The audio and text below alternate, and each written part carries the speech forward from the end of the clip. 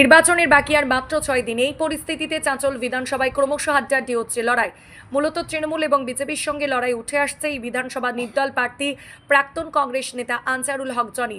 বৃহস্পতিবার 6 শতাধিক motor bike এবং প্রায় 1,500 কর্মী নিয়ে 3টি গ্রাম পঞ্চায়েত এলাকা জুড়ে দিনভর শক্তি প্রদর্শন জনির।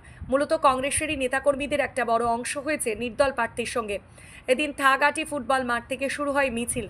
প্রার্থী ছিলেন হুটকলা গাড়িতে। মকদমপুর, মহানন্দপুর এবং ভগবানপুর অঞ্চল জুড়ে হয় মিছিল। প্রার্থীকে দেখতে রাস্তার দুই ধারে মানুষের স্বতঃস্ফূর্ততা ছিল চোখে পড়ার মতো। অনেকে এগিয়ে এসে করমর্দন করেন, মালা পরিয়ে দেন। কার্যত নির্দল প্রার্থীর সমর্থনে এই ধরনের মিছিল এলাকার মানুষ সচরাচর দেখে না। মূলত প্রার্থী অপছন্দ হওয়া নিয়ে কংগ্রেসের বড় একটা অংশ বিক্ষুব্ধ হয়ে পড়ে, যাদের সমর্থনে নির্বাচনে লড়ছে কংগ্রেসের প্রাক্তন ব্লক সভাপতি আনসারুল হক। ভোট যত এগিয়ে আসছে ততই জটিল হচ্ছে এই বিধানসভায় রাজনীতির সমীকরণ।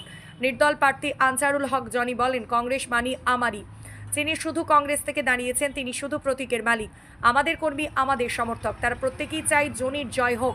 আমার লড়াই তৃণমূল ও বিজেপির সঙ্গে লড়াই। চাঁচল বিধানসভার মানুষ আমার সাথে আছে।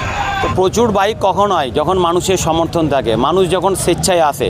আমার কাছে কোনো ব্যানার নেই, আমার কাছে একটা নাম আছে যে আমি জনি।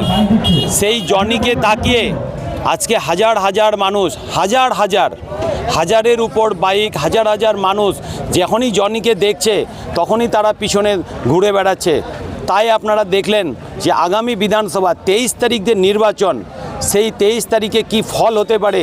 এই মানুষগুলো তারা নিজের লোকাল কাছের ছেলেকে পেয়ে এতটাই উন্মাদনায় মেতে গেছে যে তারা আর বহিরাগত চায় না, সেই জিনিসটাই তারা আজকে এই র্যালির মাধ্যমে বোঝাচ্ছে।